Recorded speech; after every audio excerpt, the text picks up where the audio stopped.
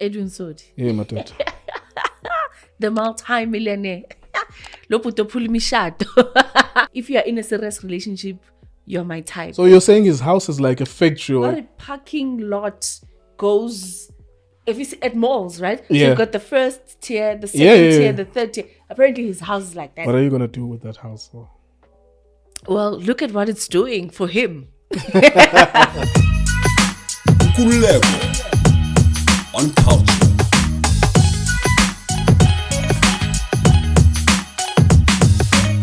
Hello everyone, welcome to yet another episode of the Everything Goes podcast. That was one of the last names. Yeah, anything goes. Anything goes. That was the one name proposed. I preferred not to have a name. I don't give a fuck as long as if we're talking and creating content and people like it, we're good. But anyways, thank you very much guys for joining us this week. We've been shooting a lot of interviews just to make sure that we have content across the channel. So based on availability as well, we were able to meet up today. Sometimes we won't be able to meet up, but we'll try as much as we can to do this once a week. I saw you, Nhlanhla. I saw you somewhere. You were with celebrities. Do you want to tell us about that? Where was I? Okay, so for the past couple of weeks, I've been with celebrities. So 2 Saturdays ago, I was at the Standard Bank Polo, attending that polo, glitz and glam, people dressed up, showing up with money. Yeah. And all sorts of great things going on. I mean, it's a good atmosphere. What are those great things that happen? All right, there? firstly, obviously, it's the polo, right? So we get to Polo experience... is not exactly a great thing. Yeah, it's not a great thing. Is it a great thing, polo? I don't know. It's like an odd sport. It's extremely an odd sport. But South Africa likes it for the glitz and glam. Which like South Africa? White South Africa? South Africa generally, because now I actually... Did you know about polo before you did these things in media? Before the things in the media, I would see it, but then I wouldn't understand. The only polo we knew is the polo on the t-shirt. On the t-shirt, and you didn't understand why it was, right? Well, I'm a sports geek. I know. Okay, so you would every know. sport, but I suspect that a lot of our people would not necessarily know. Actually, talking about a polo, you're taking me back to my high school days. I used to carry a school bag that was written State Polo. It was a thing in my time. So if you had that bag... When was this time? Because in my time, carry more school bags were a thing. Oh, and I'm a 90s baby. I'm literally 1990. I'm an 80s baby. So literally in the 90s? No, 99... Just before What's the name year of the 2000. brand? State Polo. State Polo. State Polo. State Polo. It was a thing. Like, I remember crying to mommy and saying, "Mommy, I want that bag." So a friend of mine and I had those, but it was like literally a statement.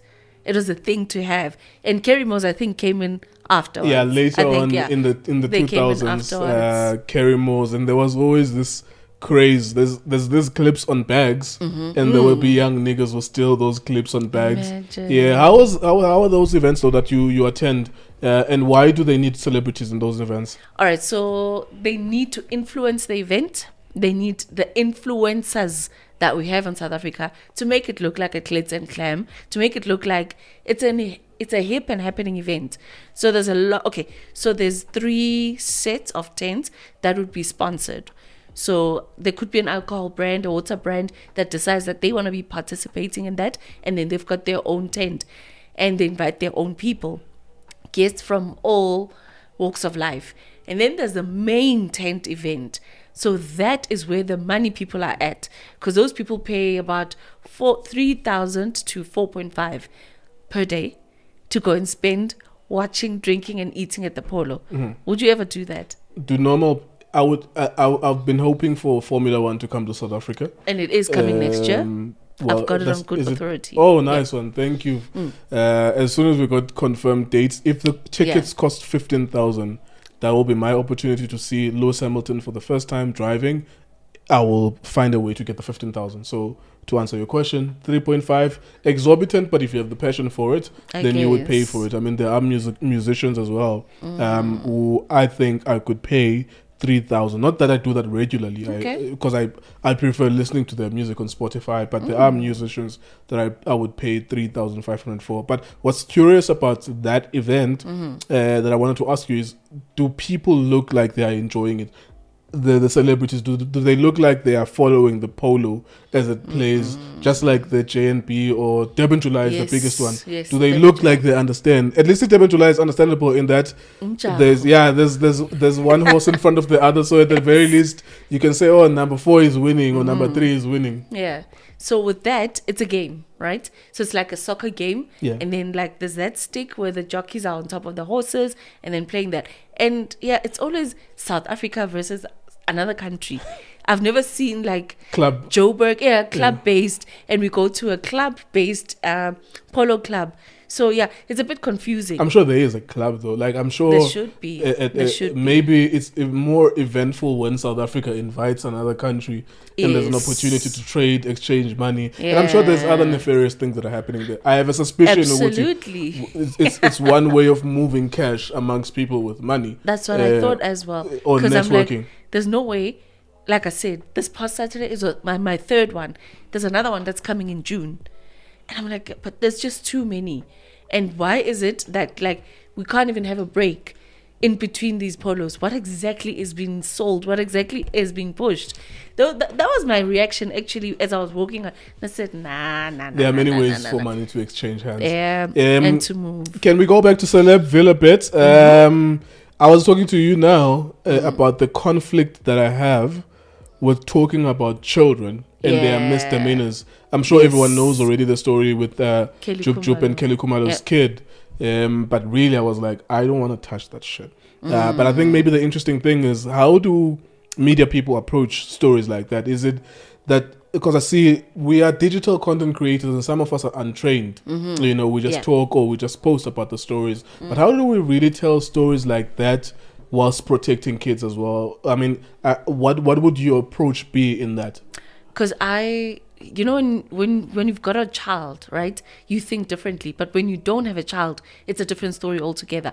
Also, when you're chasing clout, it's another story as well. Because now the trend right now we're seeing on social media, people want to be popular as quickly as possible. Yeah. They don't necessarily care who they heard and what is it that they put out there, as long as they get the numbers. So I realized that this is also another one of those. There was nothing thought through over this as that was going out. This child has been protected by far. When we speak about the Senzo Meyiwa case, he's always been like, this child will grow one day and tell us what happened. So he's growing up, trying to find himself, being a son of celebrities, because both parents are celebrities, but now both parents can't get along. We don't know what is being said to him at school. We don't know the kind of bullying that he has to succumb to at school. And now this guy just puts it out there. There's also parents that will show their children to say, look, umntana kaSbanibani is taking drugs. I hope you're not doing the same. So it's just adding unnecessary pressure. The one thing about media, as we talk about people that share that story, is that one way or the other, I have ethics and I'm principled, and I wouldn't do it no matter how much money I would be making. I would not. You don't mess with children. Even with mobs in Italian movies, they kill each other, but they keep women and children out of safe. It. You know, even Ukraine with whatever is happening there, they made a point that they give leeway to women and children to get out of the situations. But I think from the perspective of the cloud chasers, maybe the mindset is that if I don't do it, someone else will. If I don't share it, someone else will. You know, and maybe that's the mindset, and that's always the mindset, really.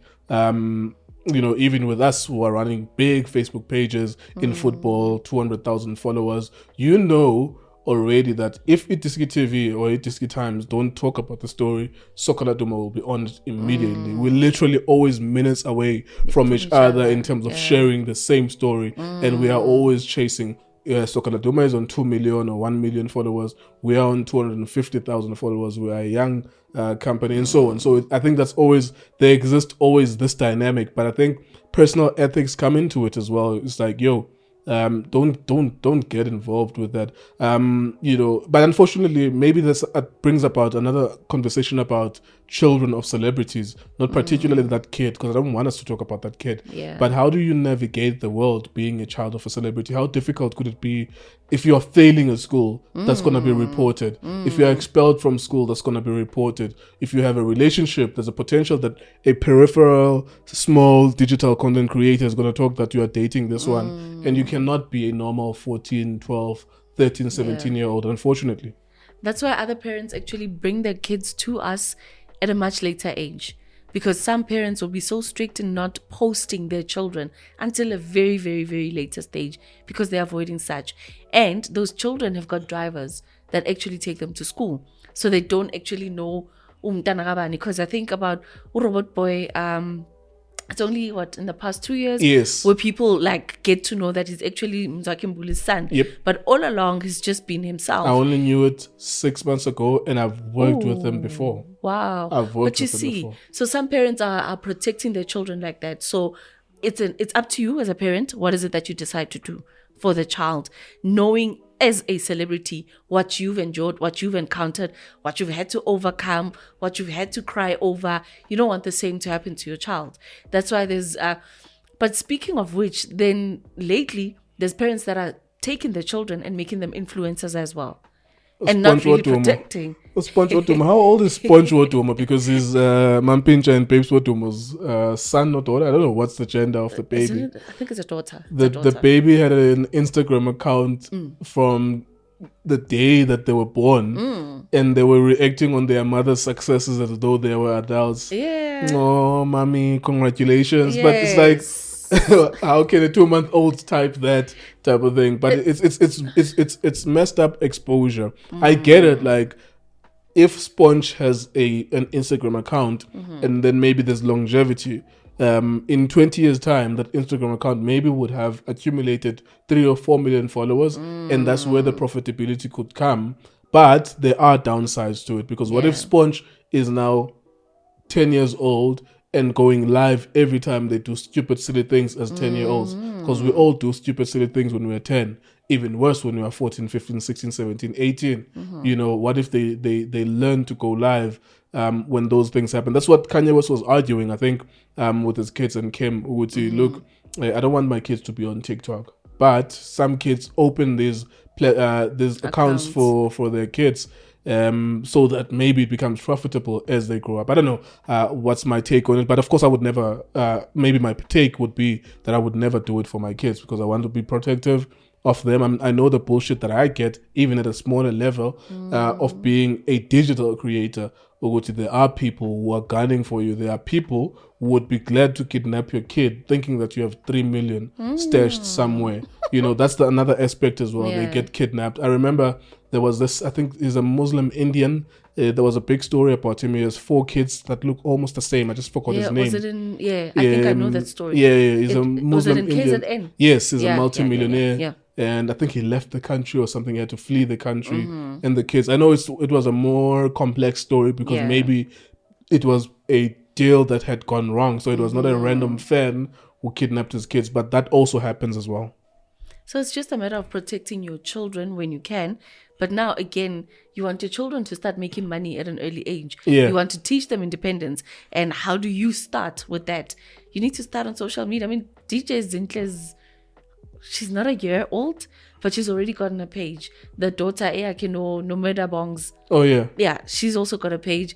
Zinhle's older daughter has been making money from social media. What does the 1-year-old write? The 6-month-old writes, Mommy, Daddy, happy for Mommy, happy for Daddy. And the following, that shocks me. It's like, oh my God. So this child is 6 months. Why are we following this child when we know it's the parents? And they do put a disclaimer to say this page is run by Mommy and Daddy.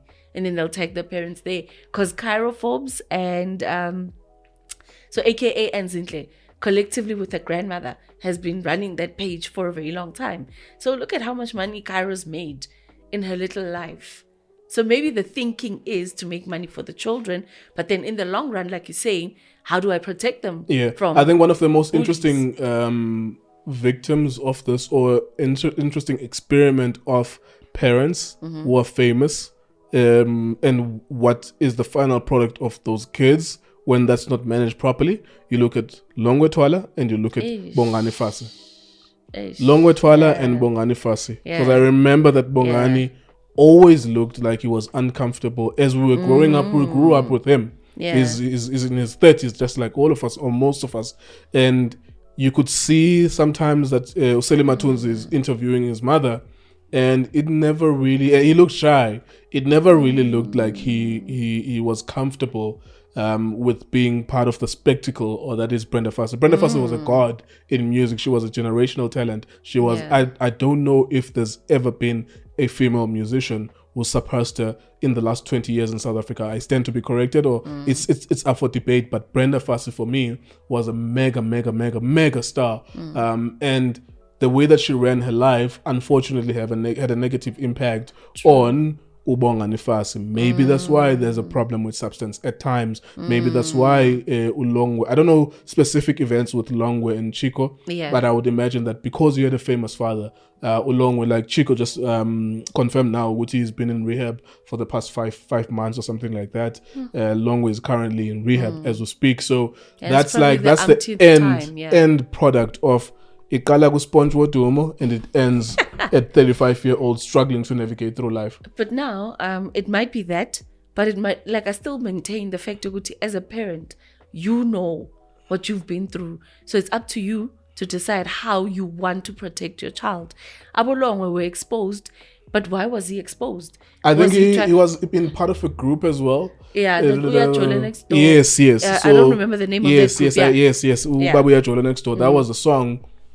So it's not as if Uchiko was a mega naya. He's also an insane in terms of his repertoire, his music career. He was incredible. It's not as if it was just random that he's Chico's son and therefore there are these consequences. He also became a musician. Yeah. I mean, we could look at Msawawa, we could look at Mshoza, we could look at Mzambia, who were child stars, not people who came from celebrity parents, but they were child stars. And then we look at them and say, what does their life look like now? Msawawa is probably directionless. He's still doing music, but you're not sure exactly what's happening, because when you're listening to it, it sounds house-ish and sometimes it sounds Maskandi-ish, and he looks like a person who is 27 or 29 who's chasing the fame that he got when he was 11 years old. But Mzambia looks more measured when you see him in interviews. He looks good looking, he looks well kept. Then there's Mshoza.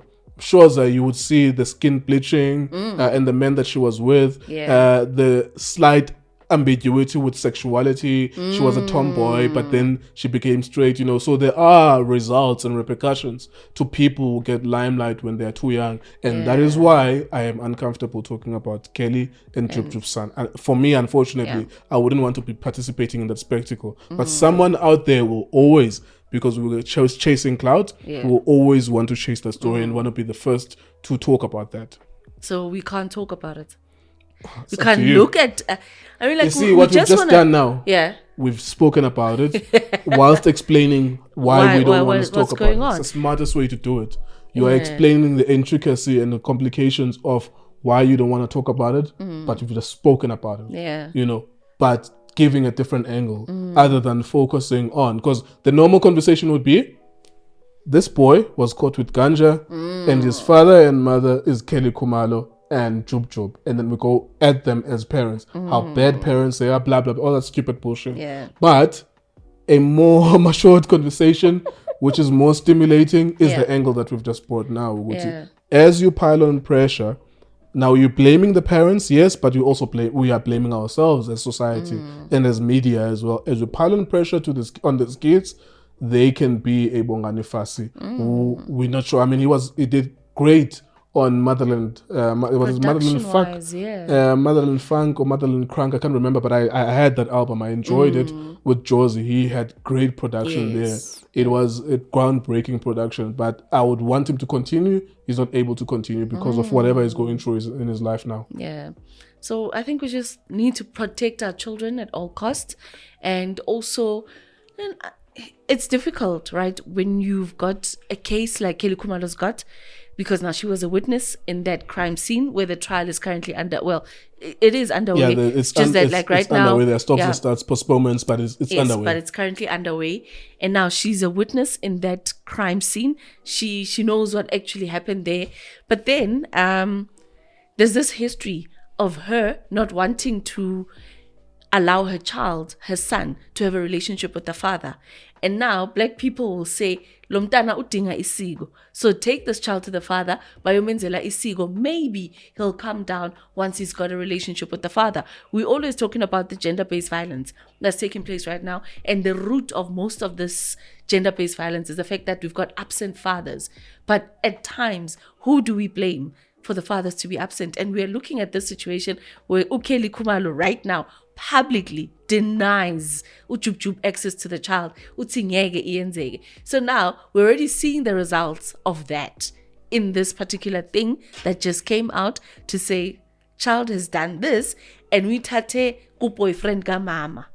Well, that was what I was about to say. Look, we can speculate about spirituality and amasiko and all that, and we get into that. Sometimes I interview people and they go on and on about that. But the reality is that if I have substances in this house, I'm not protecting the kids. And the kids are prone to consume those substances, whether it's alcohol. I mean, Jabopule is a perfect example of this. He was saying in the story, Uguti, he used to drink whatever was left of the parents and people inside the house were drinking. He used to drink that. That's how it started. Yeah. Even with myself, I grew up in a fucked up environment. It's as simple as they left cigarette butts. They left, and I would drink. That's why I stopped drinking when I was a teenager. I realized that I'm gonna look exactly like them. So it's not as mysterious as we try to make it out to be. Someone would say, but for fuck's sake, bro, don't drink in front of kids. Don't smoke in front of kids. Yeah. Don't swear in front of kids and all of the stuff. But anyways, we keep it moving then. So many different stories that are happening in the world of media. Who's this guy, the businessman? Edwin Sodi. Yeah, my dude. The multi-millionaire. I actually saw something on social media that says, but they've got a picture of him and they said, if you are in a serious relationship, you're my type, with his picture. So basically he rakes all relationships that are solid. So he'll show you that they're not solid. What is your hunch telling you about that? Is that really what is happening? Have you seen images of him with this woman that they're alleging he slept with, or you're just taking what is being reported? Okay, I'm taking what's being reported because they're supported by images. So those allegations. Okay, you've seen images. Yeah. I so haven't. there's images that support that. Look, he's a very wealthy guy. We'll question his wealth later as to how he made his money. Yeah. But how we got introduced to the name Edwin Sodi was when Proverb's marriage was hitting the rocks. When he came into the picture, I don't know what he promised Proverb's wife, but Proverb's wife literally left Proverb to be with this guy because apparently his house it's a triple story that's got first, second, third layer parking bays and all those things, a swimming pool that's on the roof or whatever. I don't know. I've not been there, but this is what I've heard. So I don't know why or what he said to Proverb's wife for her to say, you know what, Pro, askisi baba, like I'm out. And then she left her marriage, her husband, to be with Edwin Sodi. Yeah, we'll get back to Edwin Sodi, but I think because I'm a hip hop fan, and I bought the book of Proverb when I was 16. Oh wow! Okay. Proverb's first album. Yeah. It was bound to happen. There were maybe 3 or 4 songs about that lady on that album. I adored her. I think maybe I adored her too much. I like Proverb. I'm trying not to say some stupid shit about him because I like him. He was my idol when I was 16. So, but he even so with, you saw that track coming. It's gonna end in tears. I didn't know those. I didn't have that insight about relationships when I was that age. Yeah. But I'm just saying, looking back now, knowing what I know about women and niggas who maybe may come across as clingy or too, I don't want to say too supportive, but niggas that really show their love. There are women that if you show them that you appreciate them, even dedicate it. That's what happened to Robin Thicke. Eventually, he was singing about that lady. Eventually, she left him. Yeah, but because she knows you love me more than I love you, some type of thing. When there's an imbalance between two people, where the other one is dedicating their lives to the other, see, and this is what happens. Music will reveal a lot of things about this guy's Double HP on his album YBA to Not Worst. Would write about Liano, I think is his child, and the wife as well, or the girlfriend. And I think there were problems later on. you know. And these were niggas who were pouring themselves out, pouring their hearts out to the nation about their loves of their lives, and then they leave eventually. You know, it's weird. It's like there's this dichotomy that exists where if I don't show you that I love you, even though I know deep down I do, you would gravitate towards me more. But if I tell the world that I love you, it's like you have something over me. Sure. I have you eating on the palm of my hand type of thing. But anyways, Edwin Sodi. So proverb was the only one. Because I want to say it could be the same about men. Which as soon as you show him that you love him too much, he also... Oh yeah, I'm just speaking from my perspective as a man. It's true. It's true. Even because with women as well. Yeah, because with women, I mean, they say to us as women, Guti, never show a man that you love him. Or rather, be with a man that loves you more than you love him. Yeah. Because if you are with a man that you love more than he loves you, then you're screwed. Abo love lives, yeah. That used to happen a lot on Facebook 5-7 years ago in the infancy stages of Facebook, where people would write love lives, yeah. Then you post people too much, and then you have to post another one 2 years later, and then you post another one 6 years later, and so it's like, rather don't post. And we sort of know when there's trouble in paradise automatically by the pictures that you guys send. Yeah. Because like we'll look at, it's been a week.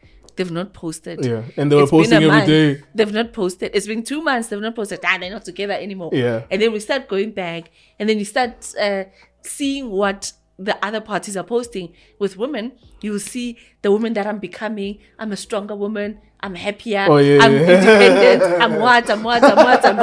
Then that's when you see with the Ziakala. You know, so things are not the same.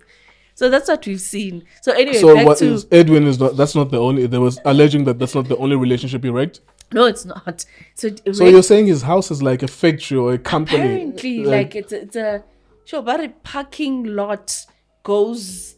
If you see at malls, right? So you've got the first tier, the second tier, the third tier. Apparently, his house is like that, and there's a fleet in all the parking bases that he's got at his house. What are you gonna do with that house? Well, look at what it's doing for him. Look at what it's doing for him. It's a good selling point for him, yeah. It is doing it's like you had sex in a mall. Things. Yeah, you know. Is that the attraction, maybe the money? I think because look, much as we're looking at Edwin Sodi, I'm looking at the woman, right? You made a vow to be with this guy for the rest of your life. You promised that through thick and thin I'll be here. That vow you took in front of your parents, in front of the congregation, in front of the world. And then money comes in, right? And it's not as if people are like these people. Yes, that's a good point. You know what I'm saying? So DJ Sbu, Proverb, and allegedly Umini Lamini as well. I mean, they had decent lives, you know, more than decent. Actually. More than decent. It's actually more than decent. And now you're asking yourself, okay, now how can this person come in and destroy what these people had said? To say, we'll live together, we'll build together, we'll do all sorts of things because of Imali. Is it not possible that man is just having sex with those women and that's it? But now why do they end up now leaving their partners? Because we know there's cheating and there's... Yeah. Why are they not doing that? I think it's interesting because that guy, for me, if all what is being reported is to be taken on face value that it is what it is, he looks like a guy who was just having sex. And men at that level, with my little bit of experience with it, is they having sex. That's all. Maybe he has a perversion where he imagines that will then become his trademark. He has sex with people who are in serious relationships, but it's the people that are in those relationships who are dumb enough to think that this is a relationship with the other guy. Yeah, absolutely. Spot on. Because now that's what I was questioning. Like everyone on my timeline was like, Edwin Sodi, like the hate, the this and the... And I said, guys, wait. He's just one man. Let's count the woman that he's been with, that we know. Let's count the marriages that he's wrecked. Apparently, okay, the 2 we know it's true. The 3rd one is now alleged, right? But then there's been girls that he's dated that are on social media as well. It's just one guy. We're talking about many women that know ukuthi Nhlanhla dated Nkululeko, Khumalo dated Nkululeko, Ubanibani like now is it that thing which I also want to get mhlambe bayatshela ukuthi okay Nkululeko gives you $100,000 more jolana. That's the point. And even if ntajugelwe, I'll still go back and say I'll silently do this thing, but then it will come out somehow. Because now we need to look at like why. It's weird though. I think I've been having great conversations with people, Jackie Pamosi and Unota, in terms of just interviews.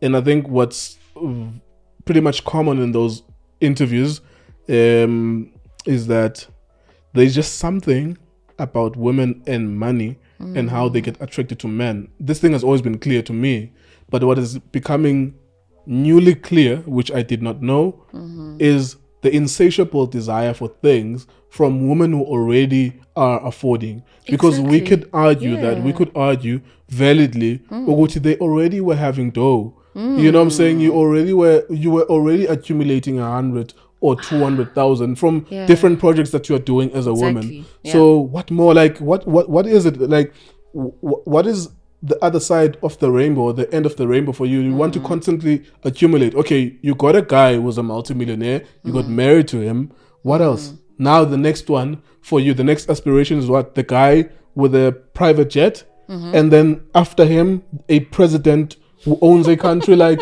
where does it end? Doesn't end. Exactly. When is enough enough? Yeah. Because seemingly, like, there is no enough enough. Yeah, because I get it with other girls. Like, I get it at our level. You know what I'm saying? You do an orgy, and you do it because there's, you know what I'm saying? It's an orgy and people get $500 or whatever. The incentive is $500 or $1,000. Or, the incentive is that there will be alcohol in there and there will be free booze. You will take them back to Tembisa or Orlando, and I've experienced that personally, so I can speak to it. But you can see the exchange there. Yeah. Sexual intercourse in exchange for a nice time, plus maybe a couple of bucks that they didn't work for. Mavuso, ne? Gimavuso in other places. Yeah. You know what I'm saying? And you could do it in different venues. I get it. It's an exchange. Yeah. It's moral or immoral depending on where you stand. It doesn't matter. The people that want to do it will do it. They won't ask for your permission. Yeah. But at this level with this woman that we're talking about, I don't understand.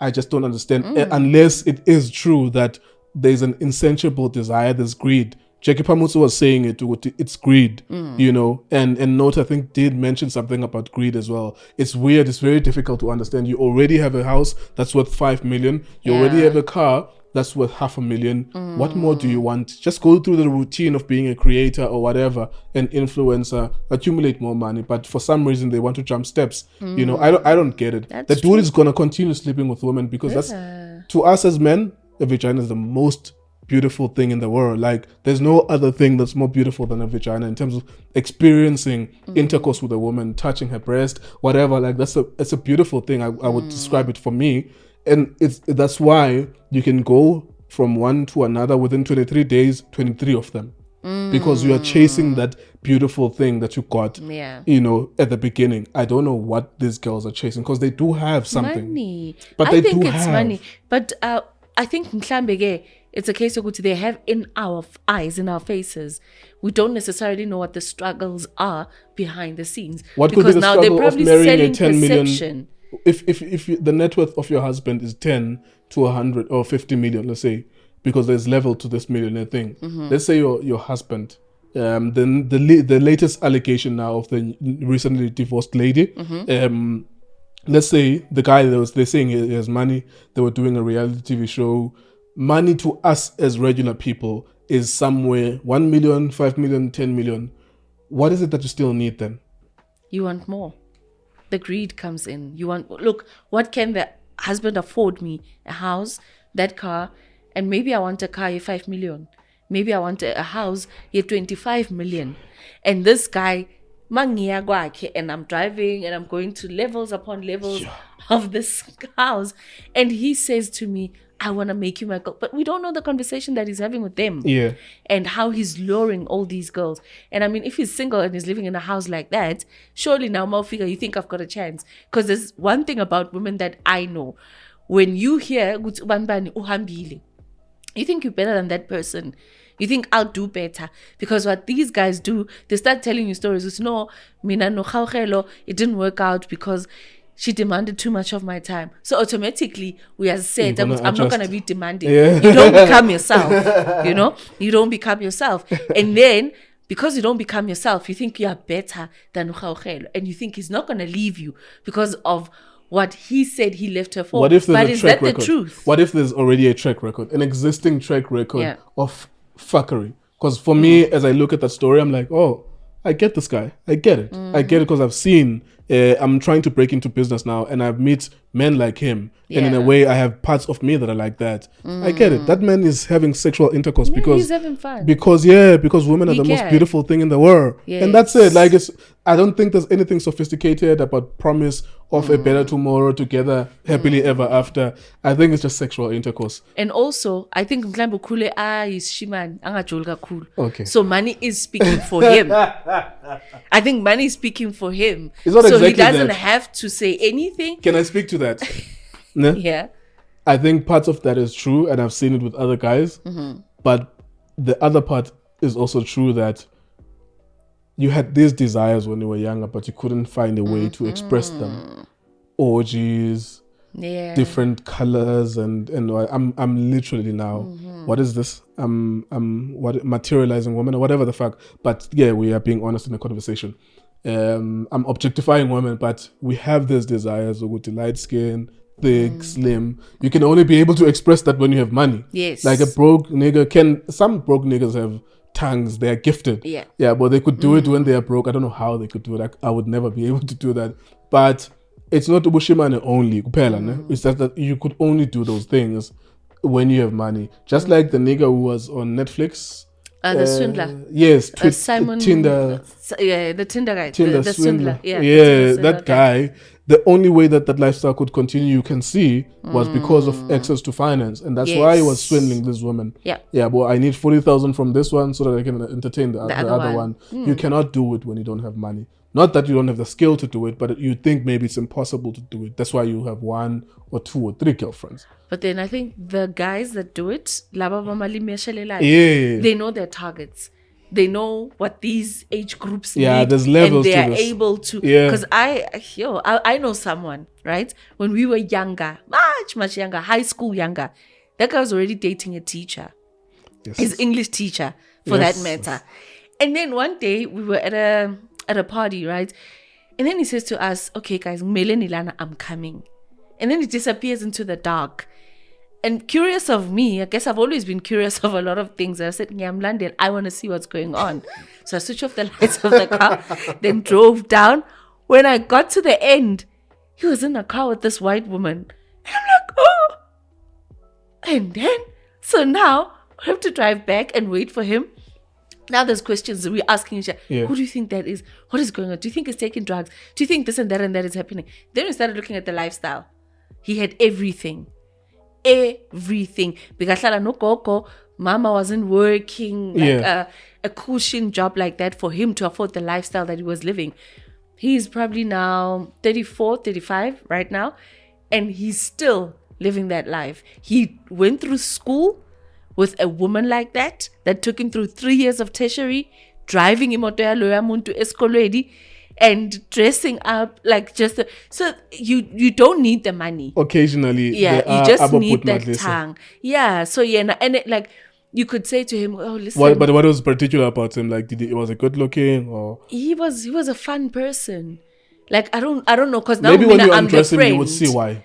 Maybe it's just that you never had the opportunity to undress and like him. Conversation wise, he was fun to be around with. Like there's a lot of people that are fun. So, maybe when you undress him, you will find the answer. I probably will find the answer, because I was like, this guy. So now, I think a couple of years ago, I tried to hook him up with somebody almost our age, and it was like, and I'm like, she's got her own place, because I need to nyamazi isystem yakhe isebenza kanjani. So I'm like, dude, she's got her own place, her own car. Nah. You're not gonna afford me. You're not gonna afford me, nigga. So yeah, man. But I think you have to be tied into that, and when you live that lifestyle, you there's a reliance that is there. You don't know what happens behind the scenes. What we see is the Benz. What we see is the perception that, because as you are describing it, 18 white woman or 18 a teacher. I want to be him. Like, I literally want to, because when we were younger, as boy kids, when we were younger, getting a teacher, especially a good looking one, is like an aspiration. It's like, I would like to do it. Even though conversely with a male teacher and a girl child, it's statutory rape. But with us, we would volunteer for that to happen to us. Even though we are being violated, we don't know anything. We like being shown a world that we're supposed to see in 15 years' time, before time. But we want to have that. I would like to experience someone giving me money. But then maybe that fucked with them. But let's go back to the businessman. Why do you think that, or what have you heard about what he has done for the celebrities, maybe just to lure them in? You've described the house. Has it taken them? Does he have a private jet? Maybe he's got a private jet. He takes them. I mean, this location, and we can have a discussion on Dubai because we saw the Dubai video. And he does that. I mean, he takes you and you travel privately. You don't travel commercial airlines. You don't have to go to so the we airport. don't see you. As it born trying to get your passport stamped with your luggage and stuff. So it doesn't happen that way. And remember also, it's the life that social media is being portrayed. Good see, Maupila, this kind of lifestyle. You are well off. You've made it in life. So maybe people are leaving their husbands because this is the lifestyle that this guy can actually afford for you. But, like you said, there's a track record. How do you not say that, okay, eating his John and then go back home? But you leave. I mean, I would understand that because the thing is, no one is an angel and no one is perfect. I would understand, like you're saying, Joncha, just eat. Sulumlomo, go and that's home. it. And that's go it. Home. It's over. You know what I'm saying? It's just, that's pretty much that. But but like you're saying as well, that like you said, Oguti, maybe there's a deep-seated desire to want to change him so that he could be mine and only mine, but it's not going to change. I think it's the conversations, and I like now that we're having this conversation, I think it's that guy whereby Maunai, you're the only woman at that time, you think, right? So if only look, there's small things that women will say, yo, chamibang na phone yake aikali. And you're like, so what? Do you know that there's a flight mode? Do you know there's do not disturb? There's so many options. Even right? besides the flight mode, do not disturb. You make arrangements with people. My phone never rings. After 7. Never ever rings. It just period never rings. Because I don't bother anyone and no one must bother me, type of thing. Yeah, but so you make arrangements with people, and if they see the incentive, they will take it. They will look at that deal and say, he never bothers me. He never calls me when I'm messing around. Let me not call him then, because he will not be offended that I'm sleeping with 5 others. Let me not call him there in that, because that's his peace. And when I'm with him, this is the incentive that I get from that. But I mean, with people that have money, men that have money, for me, it does not surprise me at all that men that have money do stuff like that. Like I've seen it. I've been newly exposed to it in the last year and a half, and it doesn't shock me. And I can understand it. I can see the need for that lifestyle to exist because there's an incentive. In exchange for this, you get that. It's prostitution done in a sophisticated way. And also, like what you just asked, Uguti, like what is it that this guy probably does? Say this guy closes Iguchi just for you. Uguti, baby, go pick whatever outfit, whatever shoes, just anything. You don't have a budget. And then Masuga Lapo, where else do you want to go? Well, no, I wanted to go to Prada, like, all these different designer labels. And he makes that possible. That you shop till you drop, unlimited shopping. And then you're thinking, I can only make that kind of shopping once in 2 months because that's what we afford. What does the shopping do for you? I get to post on social media. Hence, I said the social media is superficially only. Like this thing is superficial. What are you gonna do with those clothes? I mean, you and I are not poor people. We have, even Khaukhelo has an amount of clothes that she has to a point where there's only 7 days in a week that you can wear those clothes and change them. And even if your idea, because rappers do this, they want to have a sneaker for a different day. Yeah. There's only 365 days a year. At what point does this shit end? It's superficial, man. Like, okay, there's a Gucci store. What else? Like, because there's always going to be a next thing. Now, can it go as perverse as get me, because it happens in biblical times as well. Get me the head of a person with blonde hair. It's like, okay, I can see you getting me this. You're closing the Gucci store for me. You are doing this for giving me. me 100K a week. Exactly. You're buying me a car that's 25 million. The next thing is get me inhloko yomuntu, like ikhanda lomuntu, in a silver platter. Because I mean, you are literally just getting, and I'm using it as a figure of speech, but it's like, what else? You know what I'm saying? It's great. It for me, it doesn't even make sense. But as you are saying it, the incentives as you're breaking them down, I get it why people would do that. Incidentally, you were at the Reality Dwaba's launch for the SAFA presidency. Oh, yes, I was there. Drama. Where's the drama? Check. Drama in football. So, I will tell you all about the drama in football. I've got it first-hand experience. And yesterday, I also got it first-hand experience. So, on Friday, well, as you know, she's the vice president of SAFA.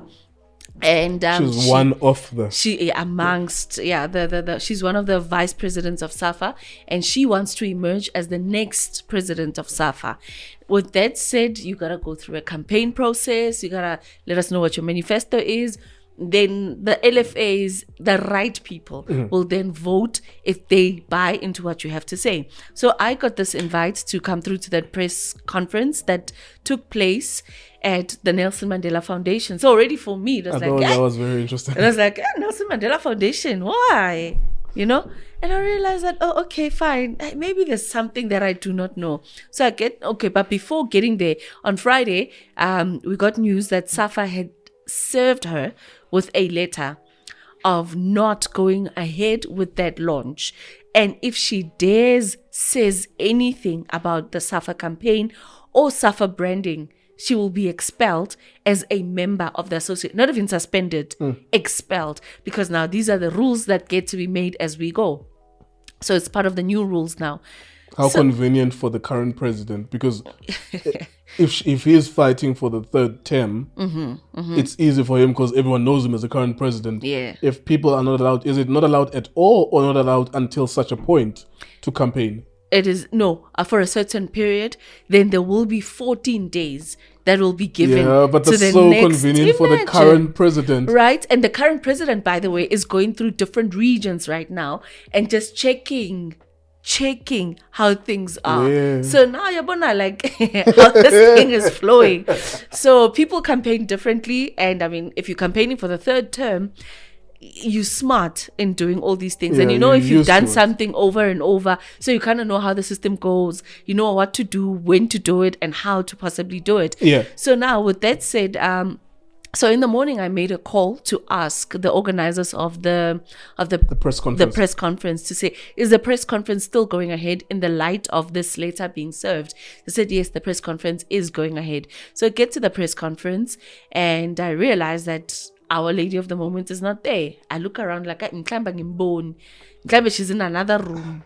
Now all of us are in that room.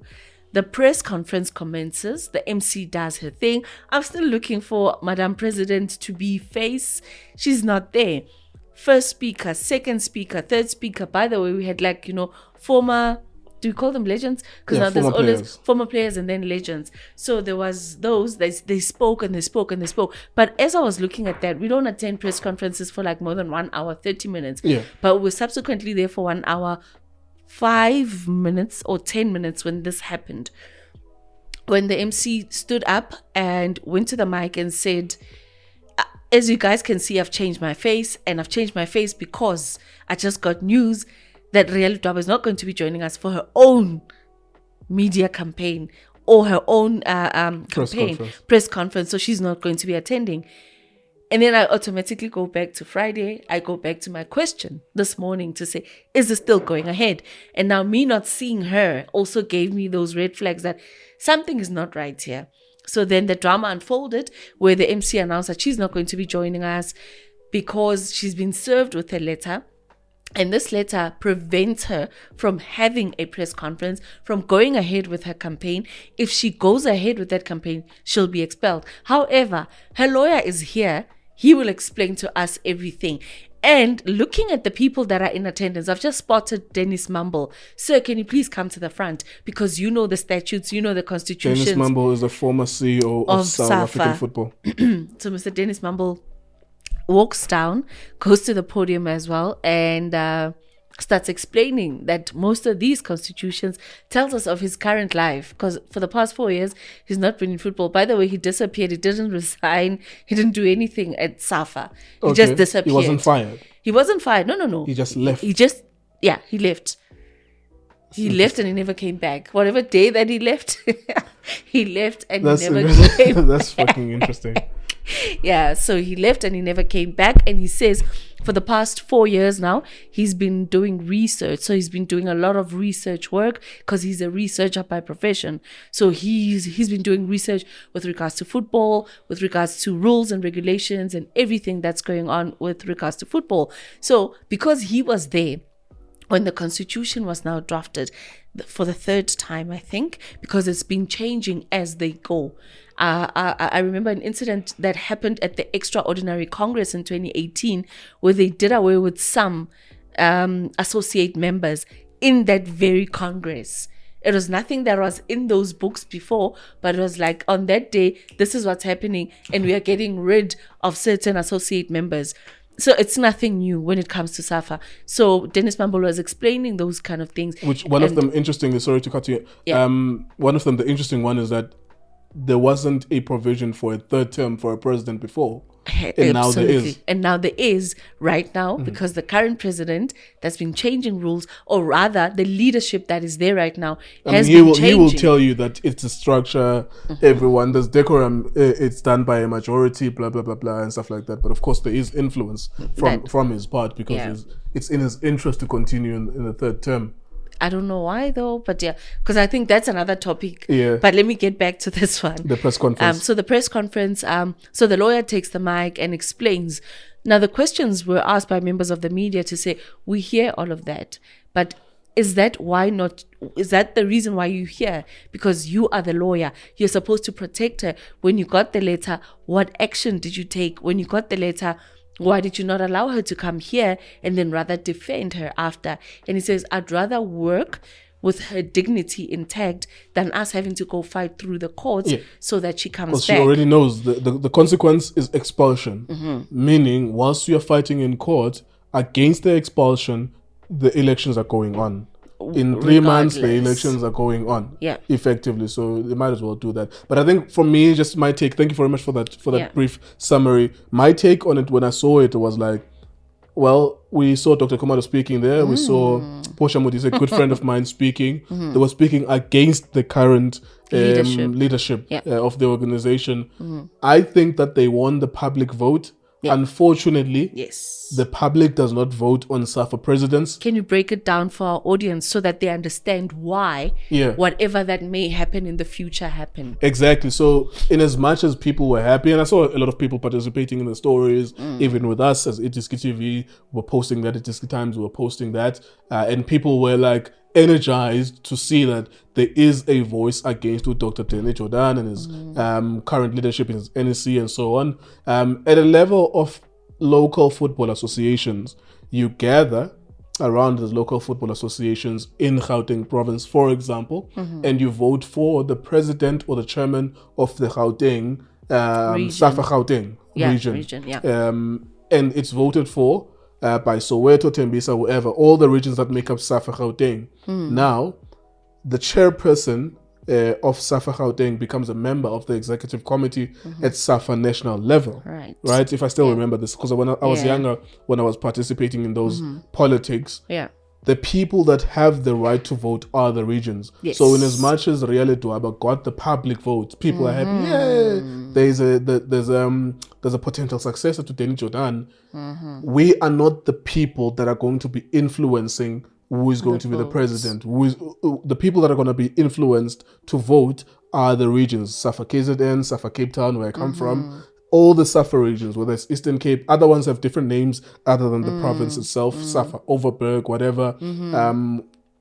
So those will be the voting regions as they go there. So you could have all the money in the world to make a marketing campaign and tell the nation that you're going to run against a president, but you have to be participating in those politics, and those politics you'll do that easily by going, like you're saying, the regions.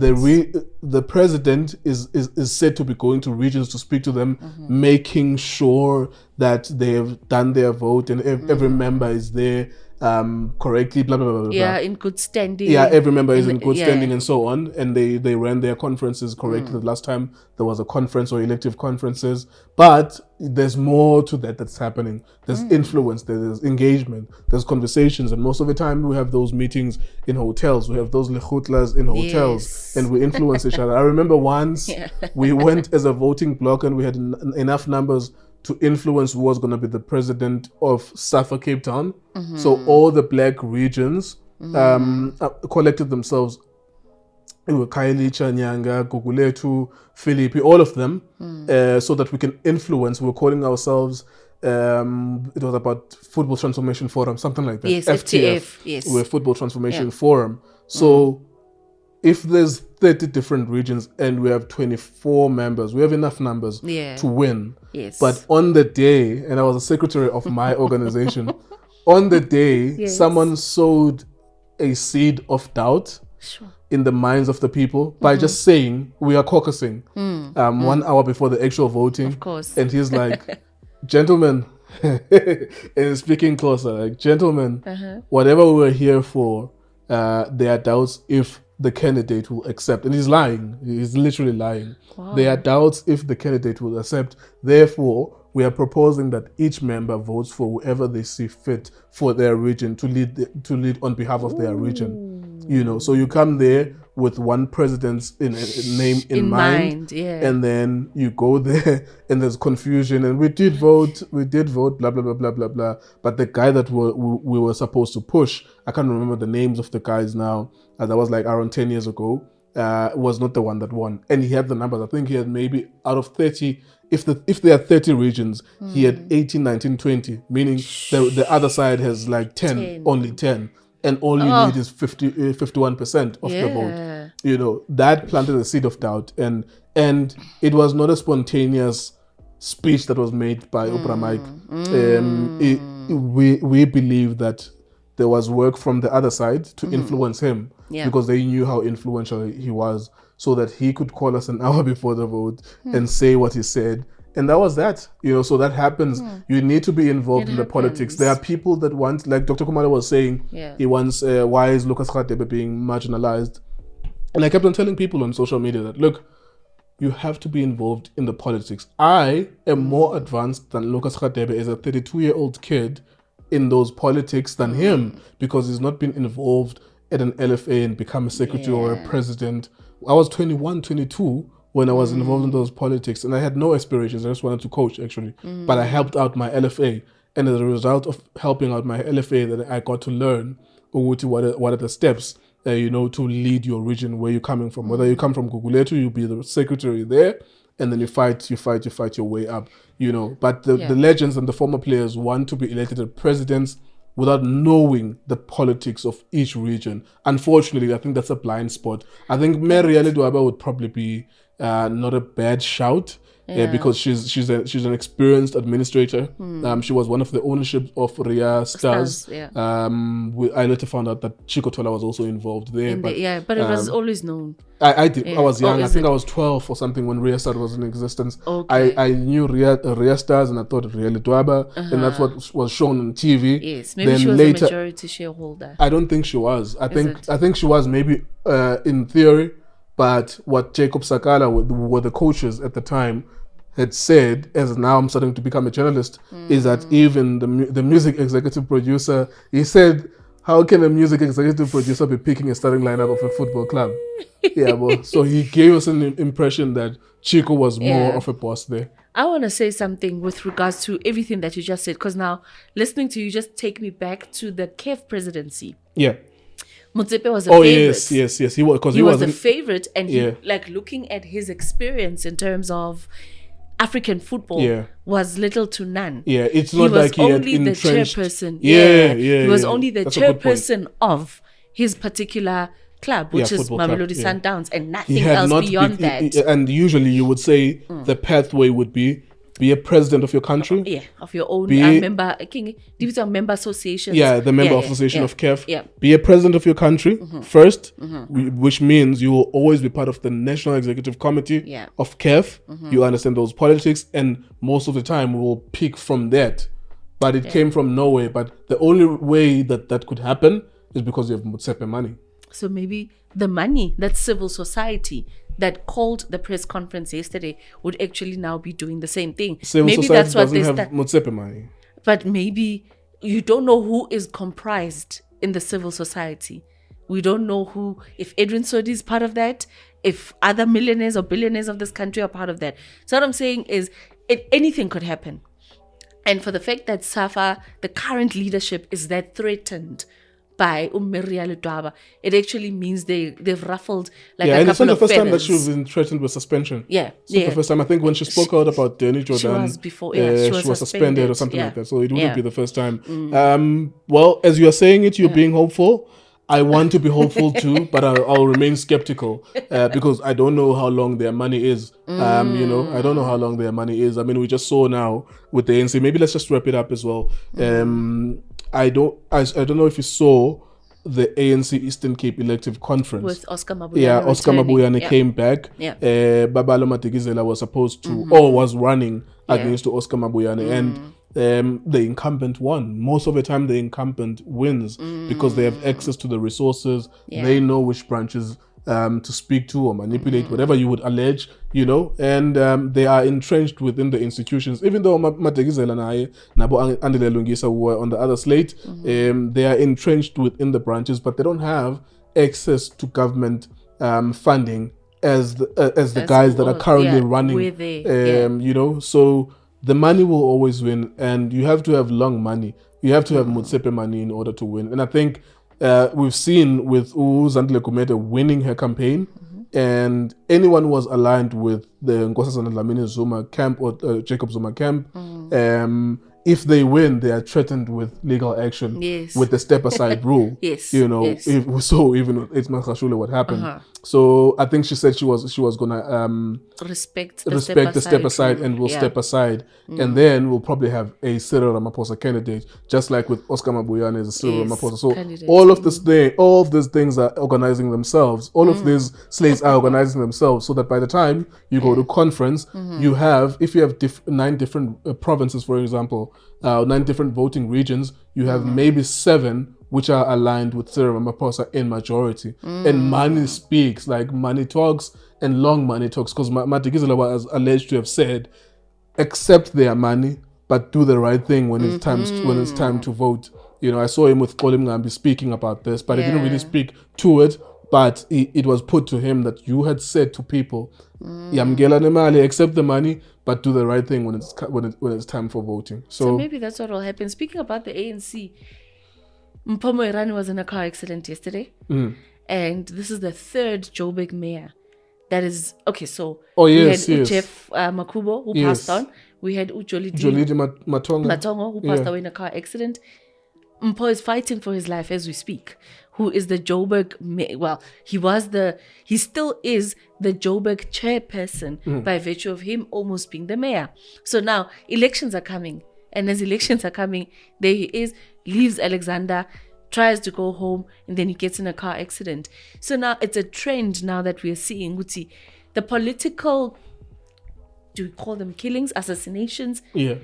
As they keep on happening, and it's not stopping. Initially, we would look at that much more in Mpumalanga and in KZN. That's where they were rife. But right now, it's everywhere. And especially in the Joburg region. I mean, it's not a year since these guys have passed. Yeah, I remember hearing about Jolidi. I was already in Joburg myself Yeah. when Jolidi passed away. It's weird. Maybe it's a sign that whatever you do, just don't be a mayor. You can try Joburg mayor. Yeah. Or mayor for that matter. Because there's another one that passed away in Mpumalanga as well. Loya Mama.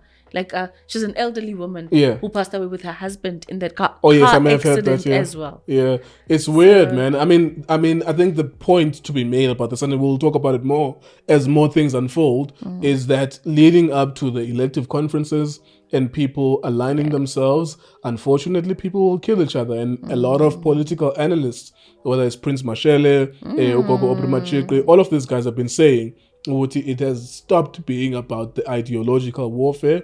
People know what comes with being a member of parliament, with being a member of influence, a member who wins, a member of ANC who wins a seat in the top 6. So we know like those things will happen. It happened with Abo Sindi Somaka before. It happens with a lot of these guys, unfortunately. And now it's becoming more sophisticated because it's coming in the form of accidents. And accidents are accidents. You can argue that it's something else, but accidents are accidents. Until they are proven by investigators or forensics, or they were not just accidents. They look on the face of it accidents. But pretty much, I think that's pretty much where we should end it then. Do you think so? But we should celebrate love because I'm a sucker for love. Okay, let's talk about love. Let's talk about love. Dineo Langa and her husband. Who's Dineo Langa? Dineo Langa is sure. Kind of who is she? She. I'm trying to think. She was on The Queen as one of the two. I know you don't watch TV, so now I need to. No, it's fine. I'll Google it as you speak. I'll so check. So Dineo Langa and the husband. The reason why I want us to celebrate them is because Bebati Mishato Showmax doesn't last. Because Batu Umshato Gasomizi, which was on Showmax, didn't last. Mini Lamini's Showmax wedding didn't last, and then they are the third couple that have been married via the Showmax channel as well, but they are celebrating at least 3 years together. So it's something good that came from the Showmax. 3 years is not long enough. So Mrs. wedding marriage didn't last a year. So I mean, no, because they're supposed to have like another wedding. Were they boyfriend and girlfriend for longer than marriage? Oh, Mohale and Somizi? No, they were not. I think they literally dated. Oh, I know Dineo. Yeah. Dineo, wasn't it Dineo Mweketsi or something? Yes, she was KG Mweketsi. I'm a fucking fan of KG Mweketsi. Oh, is that? I love her. Like, she's a fucking dope broadcaster. Yeah, she is. Eh? Just as we are talking about it, someone is inviting me to talk about Reality Dwaba on SAFM tomorrow. Oh, okay. Just as we're talking about it. So, wow. So yeah. In the morning, I'm going to be talking about the Reality Dwaba. So the saga continues. Yeah. The saga continues. But yeah. Oh, no, nice one. Dineo Mweketsi also had something on Channel, if I'm not mistaken. No, her wedding was on Showmax. Okay. So now there's a comparison of Showmax's weddings because Somizi's one collapsed, Mini's one collapsed. So here's this one that's standing at least now for 3 years. So they're celebrating 3 years anniversary as we speak. She will never stop being Dineo Mweketsi. Yeah, so like I just gotten so much used to calling her Langa because she goes by Mrs. Langa. But yeah, they celebrating. What was she 3 years before together. acting? Was she not a presenter of something big? I think on Channel O. Yes, I think so. I think she was on Channel O. She was on Channel O and doing something dope with musicians. Yes. What Nontle Tema was doing, I think she eventually. That's what she did with All Access, if I'm not mistaken. Yes. That's nice what she did. And nice one. Also, so the husband, what does he do? Like, he's a musician. He's a rapper. One of those pretty ugly and buntle mudiselle situations. Okay. Where the husband has to be a husband and let his career be on the side, because that's what apparently guys are doing. Okay. But see, Pretty Ugly could be far with his career if he was not a full-time. Oh no, Slick Talk did a video about that. Was it Slick Talk? And it was wild. It was wild. Buntle Mudisela is a man in that relationship, and we all know it. It was a wild video, but I get the point. Yeah. So no, they're celebrating 3 years together, and want to wish them all the best in that journey because we lovers of love. There you go. Thank you very much, guys. We hope you enjoyed the episode. Please like, share, subscribe. We'll give you on a consistent basis more of this episode. If there's 2 of us, there's 2 of us. If there's 3, there's 3. If there's 4 people, there will be 4 people. That's pretty much that then. Thank you so much for listening to us, watching us.